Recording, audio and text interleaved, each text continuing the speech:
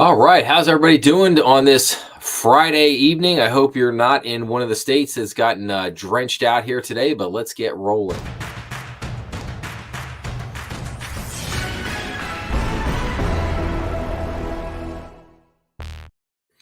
All right. As we kick off this evening, I just want to say my prayers go out to all the people there in Tennessee and North Carolina and Florida.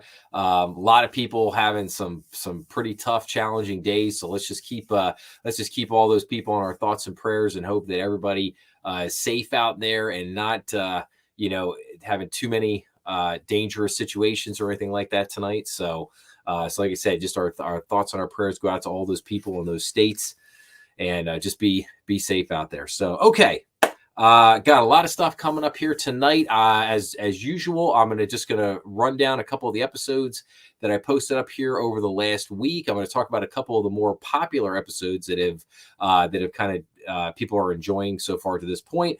We're going to get into some economic indicators, some things that are coming up next week, some things that came out this week, talking about a whole lot of banking news. I'm going to bring you guys some different articles. I'm going to show you guys some charts and graphs and stuff. So it's going to be some really good stuff as we start to get through our evening here. So, okay, so let's run down what were some of the episodes that I posted this week. So, last weekend, I kind of dubbed it SBA weekend because I had an interview with SBA lender Paul Avery. If anybody has not had a chance to check that out, please do so. And then I followed that up last Sunday with just a general SBA update, where I just talked about the SBA different changes to the SBA programs. Challenges that are going on right now with the SBA EIDL loans, things of that nature. So that was really good. So those were the two kind of SBA related episodes from last weekend. And then this week, I put out an episode that had been, I think it was Night Trade. Shout out to, Night Trade 24 had asked me probably about a month or so ago to put out an episode on how Fannie Mae and Freddie Mac, how did they end up in conservatorship? So I did an episode basically just talking about the history of Fannie Mae and Freddie Mac, what happened to them during the financial crisis, how they ended up in conservatorship, and where are we at today. Then I did an episode, which I thought was pretty interesting. Hasn't really picked up a lot of traction yet, but I did an episode called "Let's Talk About Buy Now, Pay Later Products." I'm really interested in kind of the explosion, if you will, in the use of buy now, pay later products. So I just talked a little bit about that. We looked at the Consumer Financial Protection Bureau website has a whole page, basically all about kind of like frequently asked questions around buy now, pay later. Talks about different products. If things you should see, like you should get a statement from them, things that should be on that statement, that kind of stuff. And then I did an episode called U.S. Banks Looking to Lower CD Rates, and basically just really focusing in on, what banks are going to try to do strategically now that rates are coming down and we're going to be in a decreasing rate cycle. And what are going to be some of the strategies that banks are going to do? So CD rates are going to come down, savings rates are going to come down, money market rates are going to come down. But the question is how quickly. The question is, will consumers like that? Will they go along with that? And then also,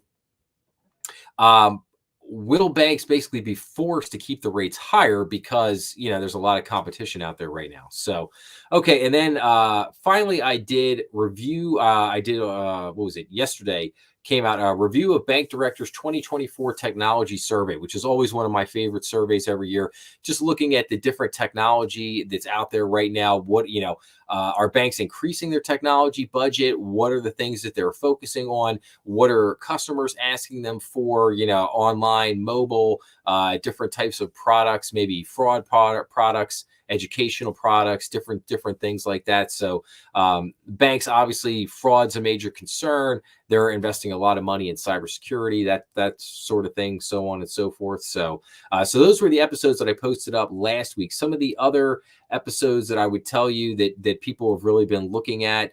Do you know how heavily your state is regulated? Episode 220. A lot of people have checked that out and really liked that episode. Episode 221, how will AI be adopted into analyzing credit risk? That's another one that people have really lanked, or really lanked.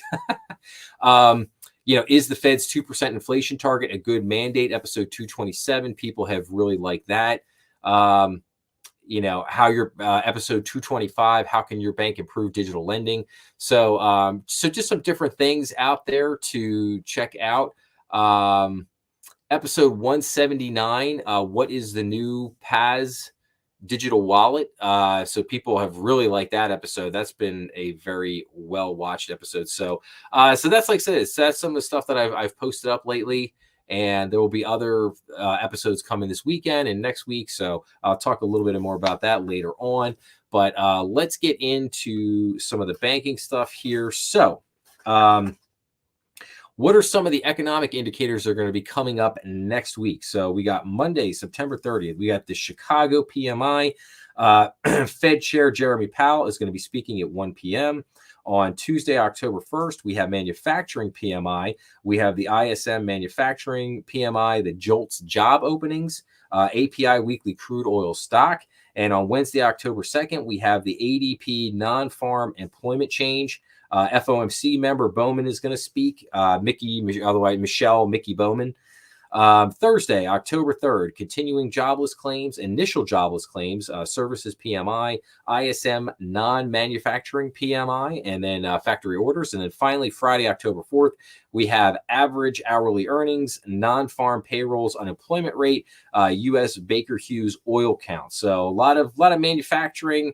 Not saying a little bit of manufacturing information, but a lot of jobs reports, a lot of payroll, AMC, non-farm payroll, employment change, initial jobless claims, average hourly worked, non-farm payroll. So a lot of labor market statistics and stuff coming out next week. And then we get some Fed stuff with Jeremy Powell speaking on Monday, and then with Mickey Bowman speaking there on Wednesday, October 2nd.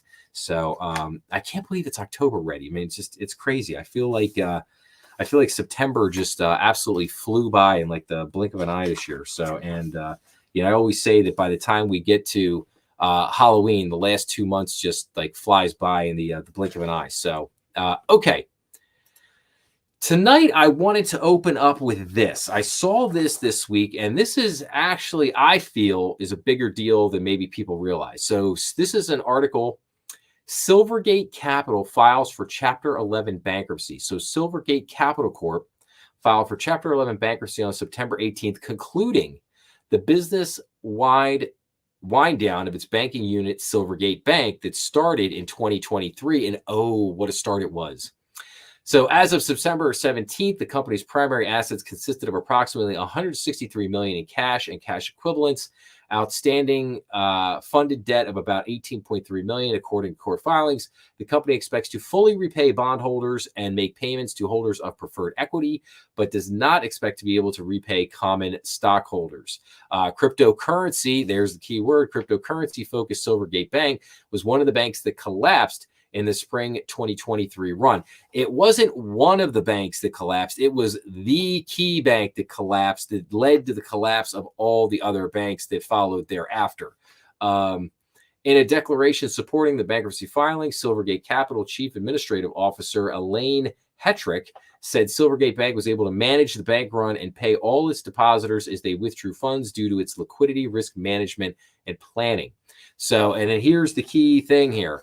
The increased supervisory pressure on Silvergate Bank and other banks focused on servicing crypto asset businesses forced Silvergate Bank to a point where it would have needed to remake its business model away from its focus on crypto asset businesses, seek to sell itself as a going concern in the shadow of the regulatory overhang, or begin winding down its affairs to preserve as much value as possible for stakeholders.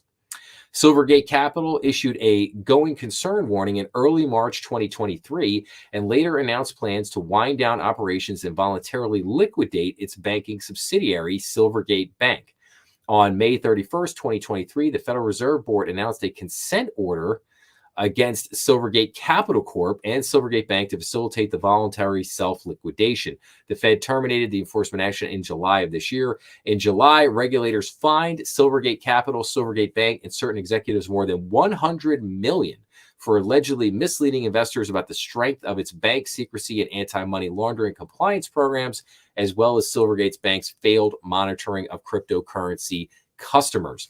So yeah, so on the one hand here, you've got the chief executive or chief administrative officer, whatever, basically saying how, oh, we did such a wonderful job in winding things down, and it was due to our great liquidity risk management and planning and everything. Like, and then at the same time, you have regulators fining them $100 million for allegedly misleading investors about the strength of its bank secrecy and anti-money laundering compliance programs. So, so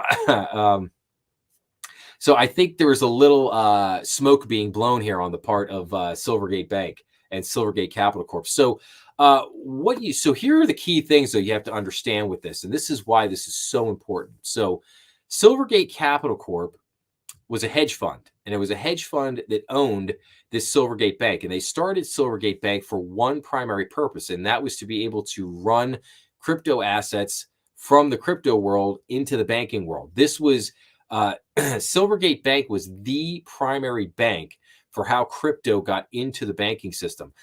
Then you had Silicon Valley Bank and Signature Bank up in New York. Those a lot of S's. But those two banks, Silicon Valley Bank and Signature Bank, those two banks were like the backup crypto banks. They were basically like they got the little bit of spillover, whatever, whatever Silvergate was not able to handle. It got spilled over to those other two banks. But here's how it went. See, Silvergate Bank, and Silvergate Capital Corp, they operated a service or a system called the SEN, the Silvergate Exchange Network. And the SEN, that was the main rail through which the crypto exchanges such as FTX, Coinbase, whatever, that's how they got their money from into the banking system, and then it went over to the other banks. That's how that's why it's set up like a domino effect. So you can literally see that what happened was FTX blew up in the end of October, early November of 2022, and then literally just about 3 months later, it was March 3rd of 2023. Silvergate Bank had to shut down the SEN network because basically all these companies were pulling all the deposits out to fund all the losses from the crypto exchanges. So the SEN network closed down on March 3rd, and then literally 5 days later, on March 8th, Silvergate Bank goes bust and basically has to close it down. And then at that point, then it spread over to, and then it went, I think, March 10th to Signature Bank, and then March 12th to Silicon Valley Bank, and then it went, and then Credit Suisse went down, and then it went over to First Republic Bank thereafter, just about another week or so later. So it literally went in there, and the banks that primarily again were involved with this were the crypto banks. And what a lot of people don't realize is that one of the big reasons why Credit Suisse failed was because Credit Suisse had a huge loan out to FTX. And when FTX failed, they couldn't pay the loan, and that started a cascade of issues with Credit Suisse. So again, this was a minor news headline this week. Silvergate Capital files for Chapter 11 bankruptcy, kind of winds down their operations or whatever. But I've always found it interesting that nobody really has to, Silvergate Bank, like I said, this is the primary bank. This is the primary culprit, which led to the collapse of these other banks. And Silvergate Bank was the main rail system through the SEN network of how crypto got into the banking system. And I'm just amazed at how very few people talk about this. It's kind of unbelievable to me. What's his name? Michael Lewis. I did a whole episode in my crypto series that I do a whole episode on basically I talk about FTX and the crypto collapse in 2022, and I review Michael Lewis's book Going Infinite, which is all about the failure of FTX. And Michael Lewis, he talks about this extensively in his book. And that's what got me fascinated by all this stuff. And I started doing more research and looking up, going to their website, checking things out. And sure enough, I found out that Michael Lewis was right about all this stuff that he wrote about. And like I said, I'm just fascinated that nobody else is picking up on this. And it's really interesting from a regulatory standpoint. Um, Regulators have been all over crypto for the last couple of years, and yet we're seeing a situation where it's like here is their excuse, or not excuse, but here's their reason right here with this bank on a silver platter as to why you could nail crypto and you could completely go after regulatory wise all these crypto companies, and especially the exchanges, and and they just, and not a peep, not a peep, not a peep, not a word, not a nothing. It's just, it's a fascinating, I think it's a fascinating situation to look at. But one of the things that I'm thinking about doing is writing more about this whole situation and how this whole thing is unfolded, because I think a lot of people would be really interested in learning about a lot of this stuff. So okay, so that's that. So now let's get into some other news. I'm gonna run through some other news, and then we're going to get into other economic indicators, and then we're going to get into some other stories and stuff here. So, okay, let's hop out of this for just a second. Okay. So U.S. banks made a $1 trillion windfall from the Federal Reserve's 2.5 years of high interest rates, the Financial Times reported, citing an analysis of Federal Deposit Insurance Corp data. According to the report, lenders charged more for loans but kept interest payments to savers down. Yes, I would agree with that, but that's kind of crazy. A $1 trillion windfall. That's a ton of money right there. So, okay. Citigroup is being eyed as American Airlines executive credit card partner, displacing rival Barclays, which has been a credit card partner of American Airlines since the latter's takeover of UF Airways in 2013. CNBC reported, citing people with knowledge of the ongoing negotiations. For months, American Airlines has been working with banks and credit card networks on a new long-term deal to consolidate its business with a single issuer to boost revenue from its loyalty program, the report said. The Chicago Teachers Pension Fund terminated Western Asset Management Company's over 2-decade mandate to manage a $568 million portfolio for the pension fund. According to a press release, the assets will be temporarily transferred to State Street Global Advisors' passive core fixed income account while the pension fund looks for a new active manager. The U.S. Securities and Exchange Commission and the Justice Department began probing WAMCO in August over trades made by co-chief investment officer Ken Leach, who later on took a leave of absence. The Consumer Financial Protection Bureau proposes to amend the disclosure requirements for certain international money transfers or remittances to give consumers clearer information about the types of inquiries that may be better handled by their remittance company before contacting the CFPB or a state regulator. Kind of interesting. The U.S. SEC approved NASDAQ's application to list options on the iShares Bitcoin Trust ETF. This clears one hurdle for derivatives tied to the product to start trading, Bloomberg News reported. The contracts still need the approval of the Options Clearing Corp and the Commodity Futures Trading Commission before trading starts.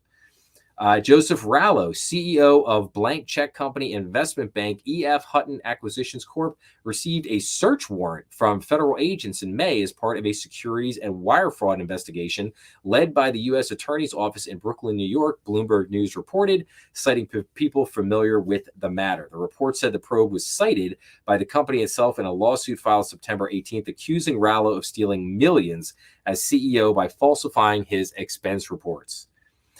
Citigroup's expansion plan in China is being delayed after the U.S. Federal Reserve penalized the bank over its data management and risk controls and told it to first fix its troubles at home, Bloomberg News reported, citing people familiar with the matter. According to the report, the largest U.S. bank by assets is facing delays in setting up a standalone securities firm in China, as it has not yet secured a clearance letter from the Fed verifying its regulatory standing, which Chinese authorities require.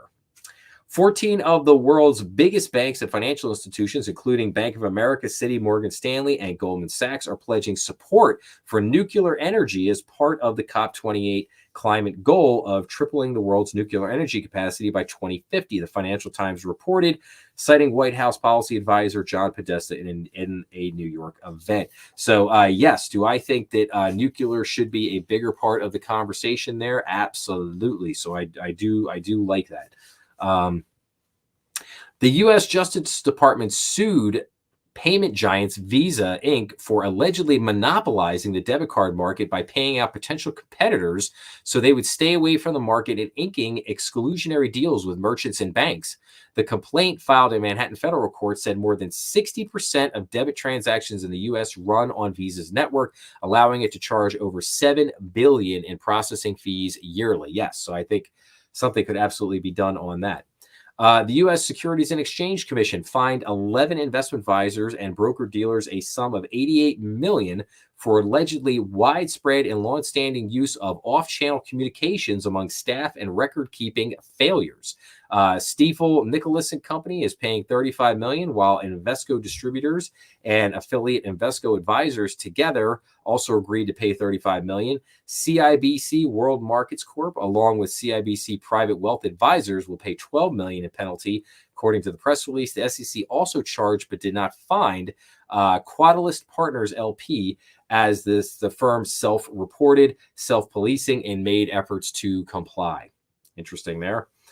U.S. House Reps Patrick McHenry, Bill Huizenga, French Hill, and Andy Barr are urged Federal Reserve Chairman Jerome Powell, FDIC Chair Martin Gruenberg, Acting Controller of the Currency Michael Hugh, and SEC Chair Gary Gensler to provide interagency communications about the SEC Staff Accounting Bulletin 121, which the lawmakers said weakens consumer protections and stifles financial innovation. U.S. SEC Chair Gary Gensler blamed the Federal Reserve for the delays in the issuance of a ruling that he said would make it easier for bank regulators to claw back the compensation of failed bank executives. American Banker reported. So we'll see if anything comes of that. Berkshire Hathaway Inc. further cut its stake in Bank of America Corp. to 10.5% after selling an additional $863 million of the bank's stock, bringing it closer to the 10% regulatory threshold, Bloomberg News reported. As I've said a couple times in the last month, Warren continues to build his war chest there. So, and then some crypto news here. Cryptocurrency companies Trust Token and TrueCoin settled U.S. SEC charges of fraud and unregistered sales of investment contracts involving purported stablecoin TrueUSD, the agency said in a press release. Sam Bankman-Fried's ex-girlfriend and former employee Caroline Ellison got a 2-year jail sentence from U.S. District Judge Lewis Kaplan for her role in the collapse of cryptocurrency exchange FTX. Bloomberg News reported, although calling her cooperation remarkable, Kaplan said it cannot be a get-out-of-jail-free card in one of the most serious financial frauds ever committed. Bank of New York Mellon Corp is making headway towards its planned custody services for the Bitcoin and Ether held by exchange-traded product clients. Bloomberg News reported a review of the U.S. SEC's Office of the Chief Accountant held no objection to BNY Mellon's opinion that such exchange-traded products should not be treated as a balance sheet liability, according to the report. So you can kind of see here from, some of the news, like, a lot of these companies cannot wait to jump on the crypto exchange here. Let's see here. Anything else? See, here's another one. Bank of New York Mellon can offer custody service for digital assets other than the exchange-traded funds tied to Bitcoin and Ether. Bloomberg News reported, citing U.S. Securities and Exchange Commissioner Gary Gensler as he delivered a speech at the Federal Reserve Bank of New York's annual U.S. Treasury Market Conference. The regulator earlier gave BNY Mellon a non-objection to its crypto custody service plan, which ensures the protection of customer funds in case of bank insolvency. It didn't matter what the crypto was, the report quoted Gensler as saying. So that's very fascinating, considering that Gary is, all over, like, he seems to have a major concern with stablecoin, but he doesn't really have much concern with cryptocurrency, as long as, BNY Mellon and Goldman Sachs and all the big boys are getting into being able to make all kinds of Bitcoin ETF funds and all this other jazz. So, okay. Financial technology company Chime Financial. A lot of people might be familiar with the Chime app. Tapped Morgan Stanley to lead its initial public offering in 2025, Bloomberg News reported, citing people familiar with the matter. The plans, however, could still change, the report said, adding that representatives for the companies declined to comment. And then he goes, U.S. financial technology firm Robinhood Markets and Revolut are considering launching their own stable coins, hoping that stricter regulations in Europe and elsewhere will finally loosen Tether Holdings' grip on the rapidly expanding $170 billion asset sector. So there you go. In more Robinhood news, a recent study by a trio of finance professors at the University of California's Irvine and Washington University in St. Louis found that Robinhood Markets customers may be facing far higher transaction costs than those with other brokers, the Wall Street Journal reported. The study found that nearly 7% of the dollar value of Robinhood options transactions is swallowed up by such costs, far exceeding those at competitors like Vanguard and Fidelity Investments, according to the report. Robinhood disputed the findings, the report noted. Okay, and then let's... Okay, here, this is a good one. So banks that tapped the Fed's Bank Term Funding Program, or the BTFP, might start to repay their borrowings at a fast pace in the coming weeks, with the central bank's rate cut making the facility less attractive, Bloomberg News reported, citing a note by RBC capital market strategist Isaac Brook. The increase in BTFP repayments would drain the liquidity from the financial system and create short-term funding pressures, but will have little impact on the Fed's plan to reduce its bond holdings or unwind its balance sheet, according to the report. So, yeah, that's very interesting. Obviously, if banks start repaying their BTFP, which they should, again, will that drain some liquidity from the market? Yeah, but they need to repay those facilities anyway. I mean, it was a short-term lending facility. It wasn't meant for banks to borrow and just have that money out there forever. So, okay. Let's get into what were some of the economic indicators and things that came out this week. So we had the manufacturing numbers remain strong in September. The Purchasing Manufacturers Index registered 54.4 in September, down slightly from 54.6 in August, but rounded off the strongest quarter since early 2022. New home sales decreased in August. So sales of new single-family homes fell 4.7% in August, but were 9.8% above August of 2023.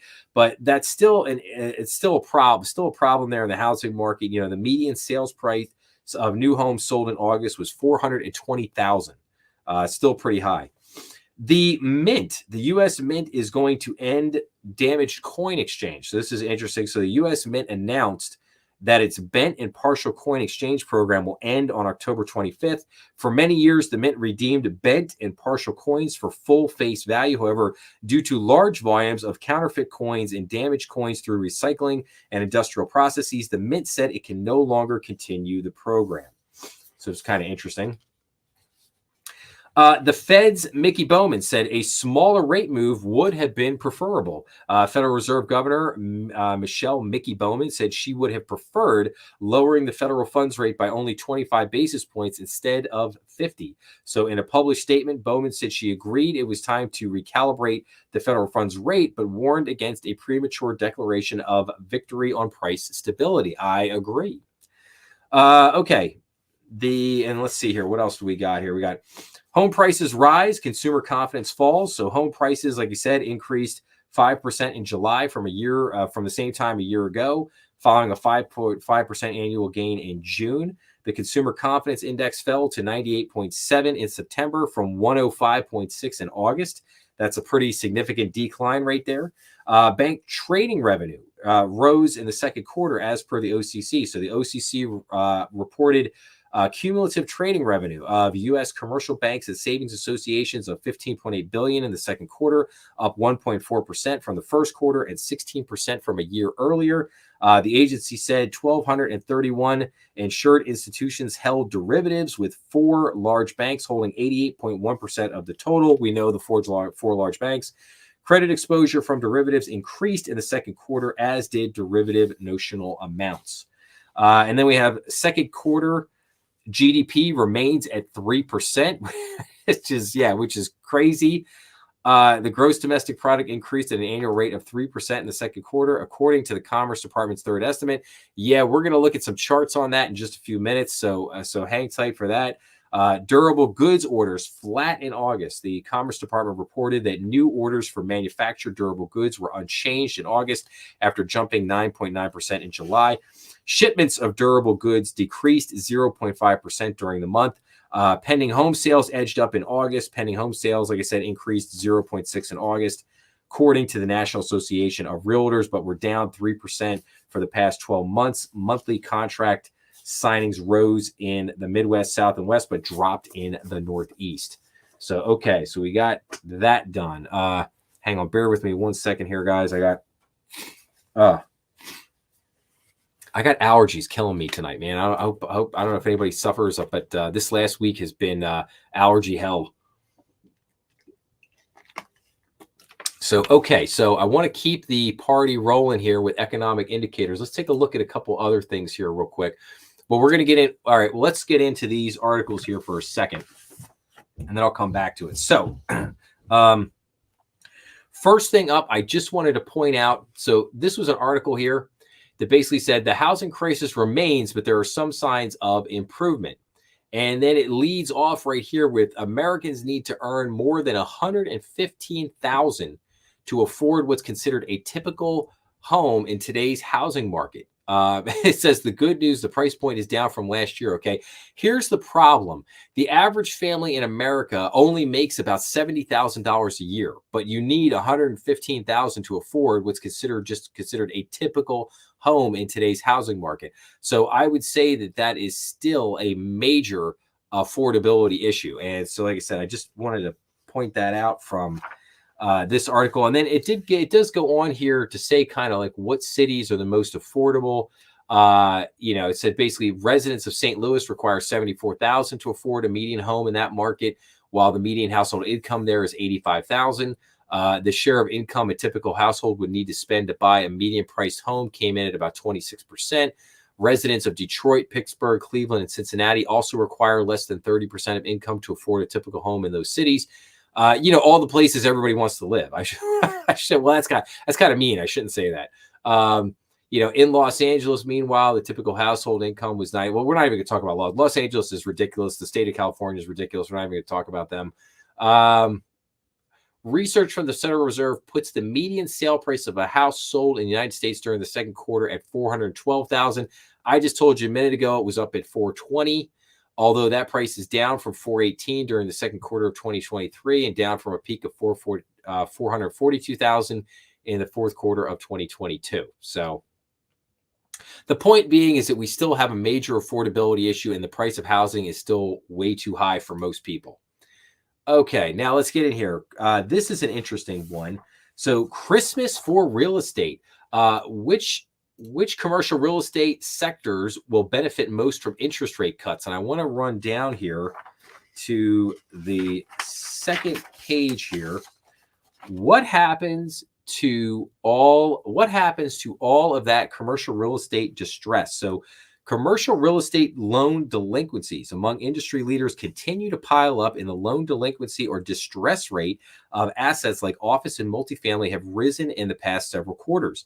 S&P Global Intelligence recently found the average interest rate on a commercial real estate loan that originated this year is 6.2%, compared to an average 4.3% on mortgages that are about to mature. That's nearly a 200 basis point difference, a gap that obviously won't be covered by a 50 basis point rate cut. Some industry insiders are skeptical about how much last week's rate cut will broadly impact the sector. I agree. Laura Swihart, who's the co-chair of Diekert LLC's Global Finance and Real Estate Practices Group, said in a statement, borrowers and investors have become more accustomed to the current interest rate climate and adjusted valuations over the last month or so. That's resulted in more deal flow and investor interest. I don't know about that. I would say that people are getting more used to it. Do they like it? Absolutely not. Has that resulted in more deal flow and investor interest? No, absolutely not. So, okay, the additional dip in rates will, of course, help to continue this trend, but I don't believe it will be enough to have a significant impact on certain highly impacted asset classes, such as B and C class office space in troubled geographical areas, she said. Darren Malott, vice president and head of U.S. capital markets research at CBRE, similarly said during last week's media briefing that lower interest rates will minimize but won't fully eliminate distress in the industry. I completely agree. It's helpful, but a 50 basis point drop is not all of a sudden going to swing an investment from doubtful to doable simply because of the rate drop, he said. The developers need to see a home run in order to move forward with an office deal as opposed to multifamily. Rose of Avison Young said there will be the haves and have-nots in commercial real estate beyond interest rates. For example, the cost of insurance and real estate taxes have created additional stress for properties already suffering from rising costs, less cash flow, occupancy issues, and before Wednesday, higher interest rates. Investors that have access to more money to pay down debt or take out slightly lower balances will generally be fine, Rose said. But if, for example, a Class B building hasn't been renovated or retrofitted, has an occupancy rate of 60% or 70%, is facing higher insurance, tax costs, and has debt coming due, a 50 basis point rate cut will not solve those challenges. So I totally agree. And I thought this was a great article that I just wanted to share with everybody, just to point out that, to say that basically, like, yes, we've had a rate cut. However, that's not the end all be all. Like that the one simple 50 basis point rate cut is not going to, make a dramatic change in things. However, there is a but. If the Federal Reserve continues to bring down interest rates, if they cut another, couple more 25 basis point rate cuts, now we're down 100 basis points by year end. Now you're starting to talk about something. Now, 100 basis points down, things begin to get a little easier. As they pointed out in that article, we were up until last week about 200 basis points higher from where a lot of loans got done, 3, 4, 5 years ago, which is a significant difference. But if you can bring that down at 100 basis points, you could bring that down about halfway. That's a really good thing. And we're starting to get closer to a point where it makes it a little easier for banks to kind of roll over some of this debt and to help some of the people out there that are, kind of suffering or struggling, I would say is probably a better word, with some of their commercial properties right now. So, okay. Next thing here, let's go into CEO sentiment on remote work. CEO sentiments on remote work are dramatically shifting. So Amazon, as a lot of people heard this week, so Amazon is once again ushering its workers back to the office. The tech behemoth, however, is not alone. In the case of Amazon, CEO Andy Jassy said in a recent blog post the company wants to combat inefficiency and bureaucracy and cultivate collaboration, in part by rolling back remote work to pre-pandemic norms. That means not just a hybrid schedule of 3 days a week in the office, but making 5 days a week once again the norm, with allowances for workers' new post-pandemic capabilities. Yes, that is correct. So, but Jassy is not alone among CEOs who want to roll back the remote work clock to 2019. The University of Texas announced the end of remote work for most of its staff over the summer. Nebraska State employees also had to go back to work in person over the summer after losing a legal challenge. The most recent KPMG CEO Outlook survey also shows how there's been a dramatic pullback in hybrid and remote work, with 79% of CEOs saying workers who used to be in the office will be back within the next 3 years. That's a dramatic increase from 34% earlier this year. Even more marked is the shift away from a hybrid structure of a few days in the office and a few days remote. Just 17% of CEOs said they envision traditional office roles being hybrid over the next 3 years, a substantial drop from 46% earlier this year. And then additionally, 86% said they will reward employees who make an effort to come into the office with favorable assignments, raises, or promotions. So that, I think, is a really telling sign that the era of I think the remote worker is coming to an end. I think that is beginning to fade. I've said this before. Just a couple comments here, real quick, on the kind of the whole remote working thing. Um, I think with remote working, obviously companies did what they had to do in the moment. It was a good thing. It worked for a little while, but I've always said a couple of things about remote working.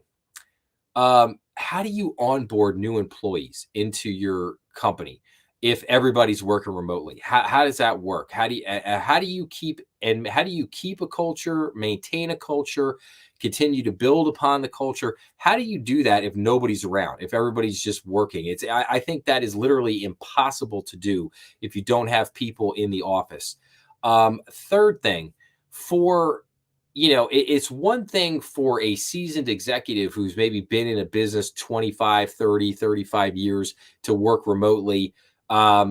Maybe in certain respects they've earned that, or maybe they've built enough of a network over the year and stuff like that, they're your rainmakers. They can make a few phone calls and make things happen, whatever, that kind of thing. There's a big difference between that person and somebody in their 20s who's only maybe just starting out or been in the business for a couple of years.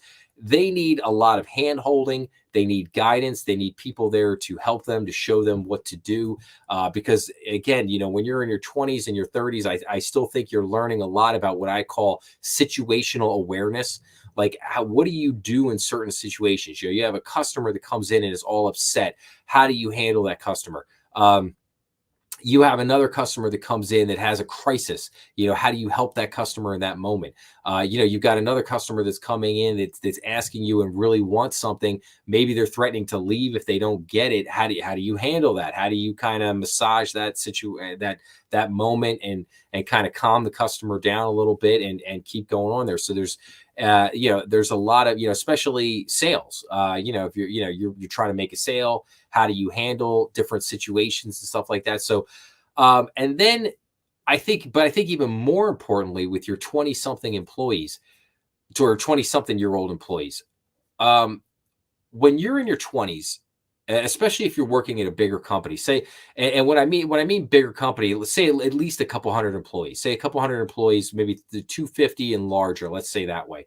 I'll give you an example. You're sitting there on a Wednesday afternoon, and one of these senior executives walks in and says, "Hey, listen, we have this charity event tonight that we're doing. The company's got a table. We've got 10 people there. We've got a couple people couldn't make it, and we need some people to fill the seats. Okay, now if you go, this could be a great opportunity. You might get a chance to sit right next to the CEO. You might get a chance to sit next to the president. You might get a couple hours to sit there and talk, and you get a chance to learn who they are. They get a chance to learn how you are, and that is what kicks off relationships. That's what opens opportunities for people, that lays the groundwork for you to be able to then move up the ladder later on. Like, you can't move up the ladder if people above you don't know who you are. So you've got to put in the time to build the relationships, to build the confidence, to show your competency, and then you move up. That's how it works. And you can't do that remotely. And that's what I mean by missing out on these these little opportunities that kind of pop up throughout the day. But if you're not in there in the office, you're gonna miss out on them, and that's just how it is. So like I said, interesting trend there. I said, I find this whole thing interesting because I honestly did not believe, I found it interesting at the beginning here. And I'll get off this soapbox on the remote work thing here in just a second. I really found it interesting during the pandemic when all this happened, because I heard all these people just saying this is how work's going to be from now on. We're all just going to be remote, and this is just how it is. And I saw, people just, selling their house and moving out to the middle of nowhere, just saying like, oh, I'm just going to work remotely forever now, and it's fine, whatever. And I always sat there and thought that was a very foolish thing, because I said, I remembered back to my Bible verse, this too shall pass, like nothing lasts forever. Like you have bad times and those bad times go away and then good times come back again and then good times go away and you have bad times again. Like that is the cycle of a pattern of life. It's just what happens. And so I truly believe that okay, the pandemic's going to pass and we'll get back to normal and things will go back to normal. And, so yes, like I said, I just found it was, like I said, it was just interesting in that moment. So again, I think it's actually a good thing that this trend is going back, is that we're heading, back toward normal. I will say though, there are certainly jobs that can be done remotely,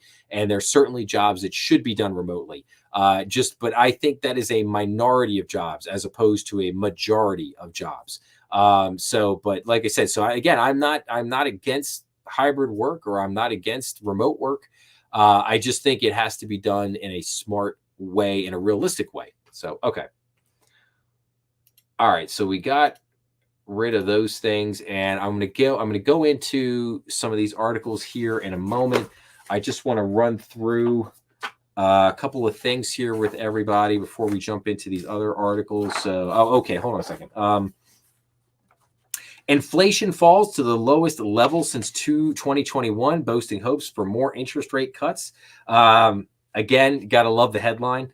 Consumer prices rose 2.2% over the year in August, as measured by the PCE, which is the Fed's favorite inflation index, the lowest annual inflation rate since February 2021. However, the core PCE rate actually increased. I am one of those people. I don't really care about the baseline number. I care about the core number. Like what happens when you include, little things like energy and food in that number. All of a sudden you get a very different reading. And as I keep saying, until the price of food starts coming down at the food store, I don't really want to hear about your headline numbers about how inflation is dropping, because it doesn't mean anything to the average person. Okay. Consumer sentiment rises amid cooling inflation. The Michigan Consumer Sentiment Index increased to finish September at 70.1, its highest level since April. So 70, however, is not a great reading. That's still a pretty low reading. So consumer confidence in the economy just dropped the most in 3 years, as I said a little earlier. So the September reading of the Conference Board's Consumer Confidence Index declined the most since August of 2021. Respondents to the closely watched survey expressed negative views of current business conditions and pessimism about the future labor market. So there you have it. Refinancing surged 175% over. I love this, 75% over the last year. Not looking at the last month, but it says mortgage rates fell to 6.13%, dropping for the 8th straight week to reach the lowest levels in 2 years. The drop in rates sent mortgage demand surging by 11%, with most of the increase coming from a surge in refinancing applications. Government-backed loan rates also moved lower, with Federal Housing Administration mortgage rates dropping below 6%. So new home sales slowed less than expected in August. U.S. economic growth to slow in 2025, the OECD says. The U.S. economy is expected to record slower growth in 2025 than this year, according to the latest outlook from the Organization for Economic Cooperation and Development. However, slowing U.S. GDP growth is expected to be cushioned by monetary policy easing, the Paris-based organization said. The OECD projects U.S. GDP growth of 2.6% this year and 1.6% in 2025, down from its June forecast of 1.8% growth. I also think that depends on who gets elected in November. Expecting a raise, here's why it might not help you buy a house. So average home prices increases decelerated in July, but continued to outpace wage growth. Average paychecks have increased 23% since the pandemic hit, but home prices have gone up more than twice as fast. The lack of affordable housing is hurting the economy and has become an issue in the presidential election campaign. No duh. That's one way to say it there. Okay. What else do we got here? I got so much stuff here. It's unbelievable. So, okay. New York Fed launches new panel on reference rates. This was kind of interesting. The Federal Reserve Bank of New York launched the Reference Rate Use Committee, a sponsored group that will convene private market participants to support integrity, efficiency, and resiliency in the use of interest rate benchmarks across financial markets, including those produced and administered by the New York Fed. So the New York Fed said the RRUC will focus on key issues regarding reference rates, including how their use is evolving and how the markets underpinning them may be changing. It also will promote best practices related to the use of reference rates, including the recommendations set out by the Alternative Reference Rates Committee during the transition away from LIBOR that concluded last year. So U.S. dollar LIBOR ended on June 30th, 2023, and the Alternative Reference Rate Committee announced its conclusion in November. Okay. The Fed's bar, he touts tiered liquidity regulations. See what happens there. Fed's Kugler signals support for additional rate cuts. Community bankers report regulatory burden during the EGRPRA outreach meeting. CFPB releases report on service members and veterans student loans. The CFPB released a report on the financial concerns facing service members, veterans, and military families. ICBA record-tying credit union acquisition comes amid increased scrutiny following this year's 16th credit union acquisition of a community bank, which ties the record for most in a single year. ICBA continued its call for Congress to investigate credit union policies.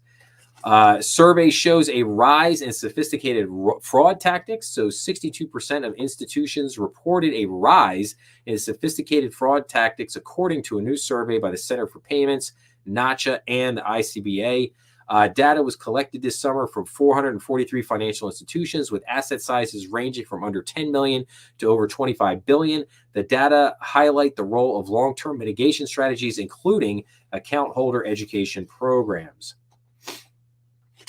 SEC charges crypto companies with defrauding investors. So the Securities and Exchange Commission announced charges against TrueCoin and Trust Token Inc. for fraudulent and unregistered sales of investment contracts involving a purported stablecoin called TrueUSD. I, for one, am just totally shocked. I can't believe that somebody in the crypto industry space would defraud their customers. I just find that totally shocking. I'm being facetious for in case people didn't know. Independent bankers highlight ways to reach the next generation of customers. So as 53 trillion in wealth is transferred from baby boomers to Gen X, millennials, and Gen Z over the next 20 years, community bankers should nurture relationships with these current and future customers, according to the latest Independent Banker magazine. ICBA files appellate brief in CRA rule legal challenge. So the ICBA and other groups filed an appellate brief with the U.S. Court of Appeals for the Fifth Circuit as part of their legal challenge to federal banking regulators' Community Reinvestment Act final rule about the injunction. A federal judge earlier this year granted an injunction against the CRA rule as requested by ICBA and other groups in a legal challenge. The effective dates will be extended for each day the injunction remains in place, pending the resolution of the lawsuit. So, whew, okay. So, all right, let me take a breather for a second here. Like I said, the allergies are killing me tonight, everybody. I'm trying to hang strong here for a couple more minutes. Okay. So let's get in here to some of these articles. So wholesale borrowing stable as banks look to reduce funding costs on the Fed cut. So banks' reliance on wholesale borrowing has flattened out as funding pressures ease and the industry looks to take advantage of the start of a rate-cutting cycle. So brokered deposits were flat sequentially as a percentage of industry-wide liabilities at 6.2% in the second quarter. According to S&P Global Market Intelligence data, an increase in repurchase agreements drove total wholesale funding up 42 basis points to 16.3%, below levels ranging from 16.7 to 17.8% in 2019. Before pandemic-era forces introduced significant volatility into balance sheet. Overall deposit growth has been modest but relatively steady lately. And while rate cuts would compress net interest margins in the near term, if asset prices If assets reprice faster than liabilities, analysts expect banks to jump on the Federal Reserve's 50 basis point cut this month. So banks could get more aggressive on the deposit side. We'll see. We'll see. And let's see here. And then you can kind of see a chart here, wholesale funding trends at U.S. banks. You can see they kind of dipped down here in 2021 and then have come back up here at 2022. And so we've got, subordinated notes and debentures and other borrowed money, brokered deposits. We have trading liabilities, and we had Fed funds purchased and repurchase agreements. Repo contracts. Broker deposits at federal home loan advances at U.S. banks. So broker deposits, total liabilities still, kind of leveling off a little bit, as they said, but still kind of high. Federal home loan advances, total liabilities has basically been coming down a little bit here. Still being used, but not too bad. Nothing too egregious there. So, okay, let's see what else we got. U.S. housing market, home prices climbed to a new record high in July. We kind of talked about that a little bit. You can see here from the chart, home prices continue to go up. Construction loans at U.S. banks drop as a share of total loans in the second quarter of 2024. So U.S. banks' construction loan balances fell in the second quarter, especially as a proportion of gross loans and leases. Construction loans were 3.95% of gross loans and leases, down from 4.01% in the first quarter. According to an analysis by S&P Global Market Intelligence, total construction loans fell to $495 billion in the second quarter from $498 billion in the first quarter. Non-residential loans remain almost unchanged at $404 billion.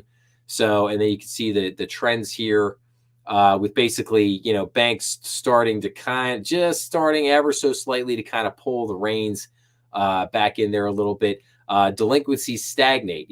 Construction loan delinquencies held roughly steady in the second quarter compared with the first quarter. Delinquent residential loans were $935 million, down from $978 million in the first quarter, while delinquent non-residential construction loans were $3.93 billion, up from $3.89 billion in the first quarter. So basically, the banks pulling back on that construction lending is what has kind of, tightened up that delinquency a little bit. That's why, the delinquency is not going up as much, because banks are really, really keying in on these construction loans, really focusing in, making sure that things are getting done, hopefully on time and on budget. New rules aim to define banks' role in fighting payment scams. So the payment industry is taking its first steps to tackle the rising number of fraudulent payments resulting from social engineering scams. The proliferation of social networks and online payment apps has amplified such scams, in which a consumer may use an app like Zelle to send money to someone they consider legitimate, but who is in fact a scammer. Such cases have seen a gray area under existing regulations because the payments are considered to be authorized by the sender, and current regulation only protects against unauthorized payments, such as credit card charges not made by the cardholder. Frustrated consumers hope their banks can retract such transactions, and lawmakers have urged banks to cover their customers' losses, but financial institutions have argued that asking them to remedy fraudulent transactions outside the scope of the current law is an overreach. So we will obviously a lot more to happen there on that front and that fight. So we'll continue to see what happens there. Rush into high-cost deposits delivers shift in U.S. banks' market share. So a massive rotation into higher-cost deposits has rippled through bank shares of the U.S. markets. Through an absence of M&A, left banks' individual rankings relatively steady. Banks that rely on online platforms for deposit funding were among those that posted the largest increases in deposit portfolios, while Charles Schwab Corp., which has been hit hard by cash sorting, had the biggest decline at 17%. The numbers reflect S&P Global Market Intelligence data on the 50 banks and the biggest market share, which is based on the FDIC Corp's annual summary of deposits, a compilation of deposit levels as of June 30th at each bank branch across the country. Top 50 banks and thrifts by deposits. Big four dominance. Okay. Let's see here. 2 credit unions got tagged with critically undercapitalized in the second quarter. So the National Credit Union Administration deemed 2 institutions critically undercapitalized during the second quarter. That was 5 of the credit unions undercapitalized in the second quarter. are or were involved in M&A deals. That's a big deal. Auto loan delinquency ratios, at credit unions as well as banks rose in the second quarter, while assets shrank for the credit union industry overall. So the two critically undercapitalized credit unions with net worth ratios below 2% were Creighton Federal Credit Union, which had a net worth ratio of negative 10.95%, and Total Community Action Federal Credit Union, which had a net worth ratio of 0.82%. Creighton was purchased August 1st by Cofault FCU, and then it goes on. So basically, yeah, just, there is a little bit of trouble here in the credit union space, a little bit of credit union trouble there. We have to keep an eye on that. Fed risks policy missteps as long-run rate projections edge higher. So the Federal Reserve officials have started shifting monetary policy to neutral, a process rife with economic risks and one that could end sooner than anticipated. The Fed on September 18th obviously had a 50 basis point rate cut, but the fresh projections show that the Fed's expected neutral rate of interest and equilibrium, where monetary policy neither contracts nor expands the economy, is climbing, reflecting better than expected economic growth and indicating fewer rate cuts going forward.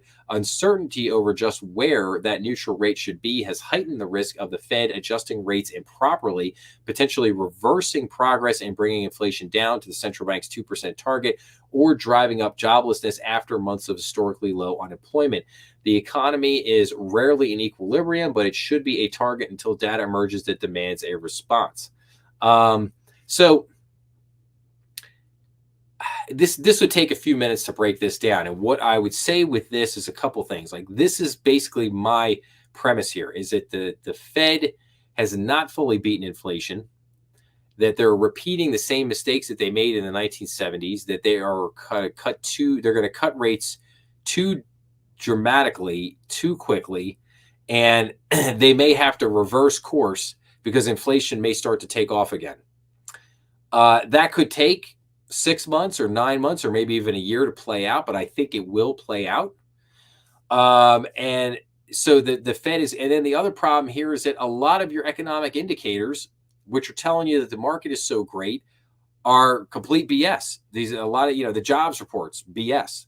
The GDP report that we got today, the 3% GDP, BS. The economy is nowhere near as good as what the headline numbers are telling you, and that's the problem. That's why you've got people on Wall Street betting that we're going to have these major rate cuts, because they know the economic indicators are BS.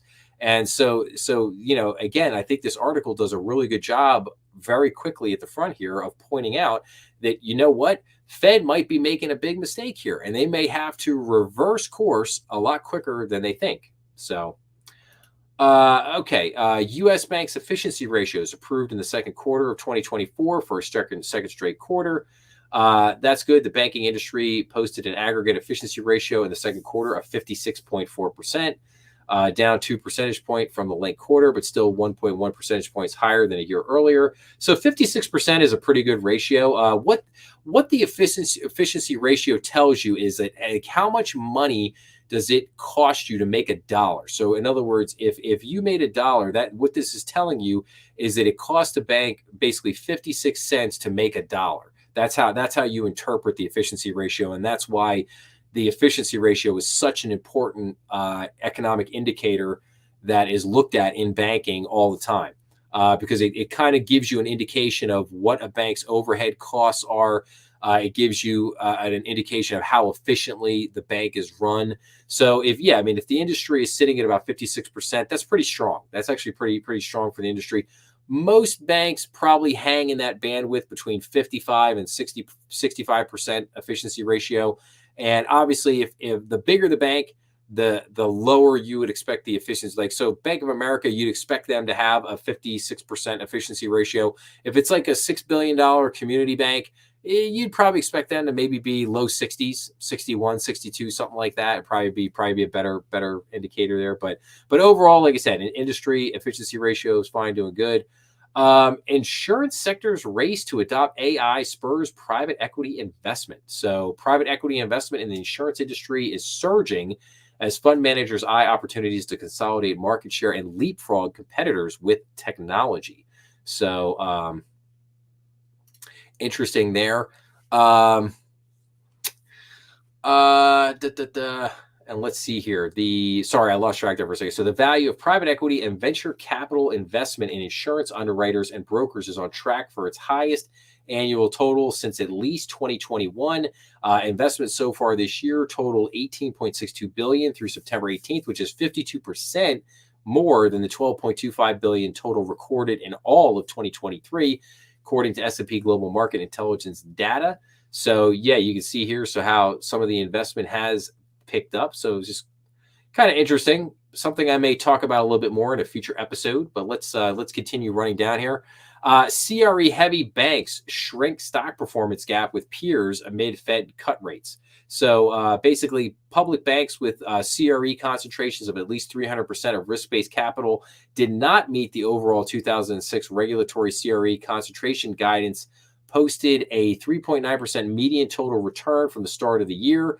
The same day the Federal Reserve cut interest rates, yada, yada, yada. So some underperformance. Meanwhile, banks that did meet the 2006 regulatory CRE concentration guidance by exceeding the 300% threshold and having a 36-month CRE loan growth of at least 50%, or construction loans totaling at least 100% of risk-based capital, posted a median year-to-year total return of 9.3%, a 12.3% percentage improvement from July 12th. So continuing to keep an eye kind of on this for, basically banks that are CRE heavy and kind of their overall stock performance. So Bank of America is set to open 165 more branches by the end of 2026. Good for them. We'll keep an eye on that. It is interesting.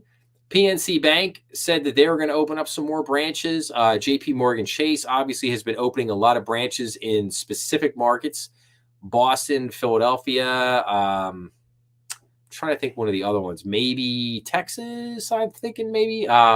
I have to remember that, but so it's interesting. That's interesting because the trend has been to close branches, not to open.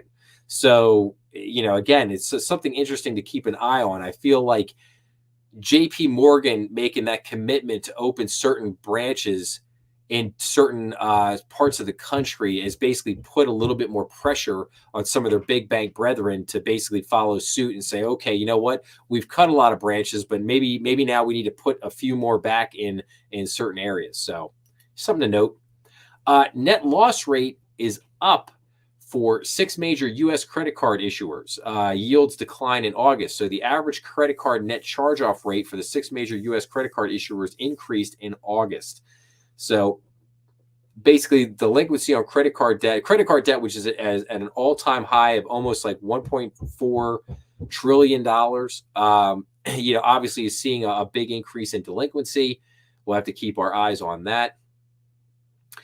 Challenges to low-income households creates a pocket of credit quality stress. So signs of stress are emerging in lower-income consumer credit and lingering in commercial real estate, even as the overall credit environment largely aligns with banking industry expectations. Both consumer and commercial credit remain healthy, banking executives said at an industry conference in September, though some noted a growing rift between high and low-income consumer credit, along with mixed opinions on the state of commercial real estate. And then it goes on to say here, consumer credit dichotomy, lower income, lower wealth consumers are struggling under the cumulative impact of inflation, contrasting with Wells Fargo and company's relatively healthy outlooks for both consumer and commercial credit.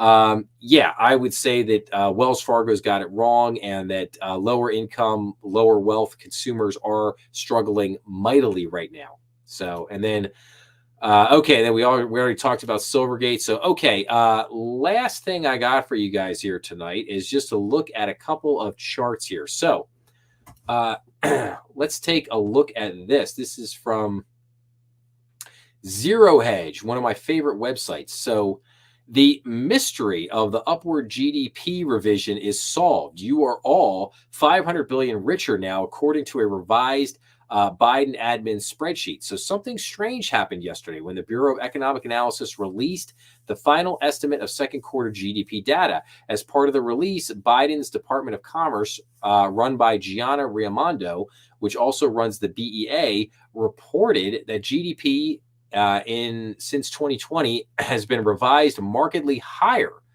So let's click on that for a second. And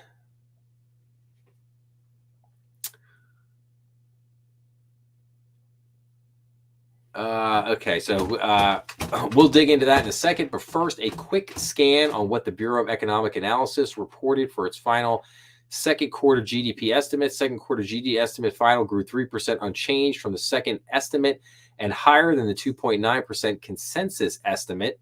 The second quarter primarily reflected increases in consumer spending, inventory investment, and business investment imports, which are a subtraction in the calculation of GDP increases. So,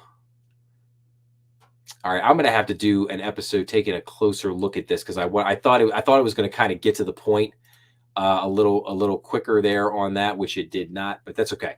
All right, let's look at some other. So 86% of U.S. workers with education debt said their degree, wait for it, wasn't worth the toll that student loans has had on their overall well-being. Further, 53% of workers said that knowing they would incur additional debt has prevented them from pursuing more education per CNBC. So, yes, we have a major problem with colleges and the type of degrees that people are getting. I think a lot of degrees that people get at college today are utterly worthless.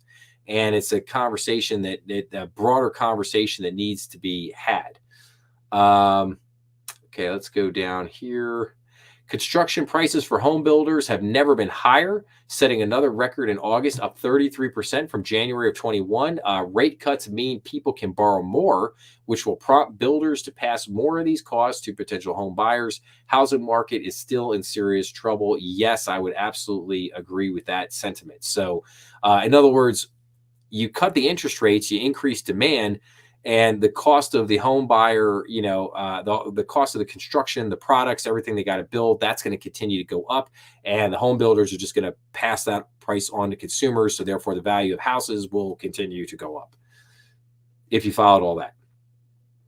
Okay, this is one of probably my favorite charts at the moment. Just look at this. This is losses at the Federal Reserve. So the losses now are just shy of $200 billion. It's just a remarkable chart to look at. Just starting here in 2023, you could just see that the profits of the Fed have just dropped, off the chart. Now, on a technical aspect, the Fed doesn't technically lose money. It basically takes that money and it kind of puts it back on the balance sheet. And then what happens is when they start making money again, they kind of chip away at a kind of like a credit, like a back balance, and they'll eventually work their way down on it. But that's still an enormous number, $200 billion. You notice you don't see Jeremy Powell saying that at his press conferences. You don't see any comments about that at his press conferences. I'll tell you that. Okay. Our August, we talked about the August PC inflation. The Fed's preferred inflation measure falls to 2.2%, below expectations of 2.3. However, the core PCE inflation rises to 2.7%, which was in line with their expectations of 2.7%. Headline inflation is down, core inflation is up. Is the fight against inflation really over? No, I don't think so. I thought this one was kind of interesting. Did you know that NVIDIA replaced Enron on the S&P 500 on November 30th, 2021? I thought that was really interesting. Obviously, if people don't know the story of Enron, I'm actually going to have to do an episode covering that because they made an incredible documentary about Enron called Enron, the Smartest Guys in the Room, a long time ago, and that's what this video clip is here. This is from that documentary, Enron, the Smartest Guys in the Room. I'm going to have to do a whole review on that because Enron is one of the greatest catastrophes, of a company collapse that anybody has ever seen, and the utter fraud and manipulation of the energy market that was going on there was just unbelievable. And so I'll have to cover that. But I just thought it was interesting that NVIDIA was the company that had replaced them back in 01. So it's kind of interesting. And then this one's again from Zero Hedge. First jobs, now the economy. U.S. GDP set for huge downward revisions in Thursday's report. I'll have to dig into that a little bit deeper. Factory orders are up 18.2% since January 21, but that gain is entirely inflation and then some. In real terms, new orders are down 5.4% over the same period. A record 87% of Americans now believe it is a bad time to buy a home, more than double the 2008 peak. At the peak of the 2008 financial crisis, just 40% of Americans said it was a bad time to buy a home, according to Reventure, which is very, very interesting. So, but a lot of people, 87% of Americans think that now is a bad time to buy a home. That's a pretty staggering number. Okay, Philadelphia Fed, almost a third of the states in the U.S. had negative or no growth from June through August, yet another indication that things are slowing down. So the Philadelphia Fed puts out this report all the time. It basically says they monitor the states and the economic activity of the states and how they're doing. And basically they said a third of the states had negative or no growth. So let's see what else we got here. Here we go. So now the chances of a second jumbo 50% rate cut in November have surged to 60%. And this was just from 2 days ago. Target rate probabilities for the 7th of November, which is the next, the Fed doesn't have a meeting in October. Their next meeting is in November. But the probabilities now of another 50-point rate cut have jumped to 60%. Which is very interesting that, again, if the headline numbers are so great, what would be the need for the Fed to cut rates so aggressively? But they're not great. And that's why, that the Fed is going to be more aggressive. So, all right. Anything else here I wanted to show you guys? Here we go. And I'm going to end with this. This will be my last one. So that the 10-year yield has done nothing but go up since the Fed lowered rates. Let me read that one again. The 10-year yield has done nothing but go up since the Fed lowered rates. Pretty hilarious. This means your mortgage rate, auto loan rate, and anything else you borrow money for has gone up since the Fed lowered rates. So that I talked about that a little bit more in the what episode did I did within the last week?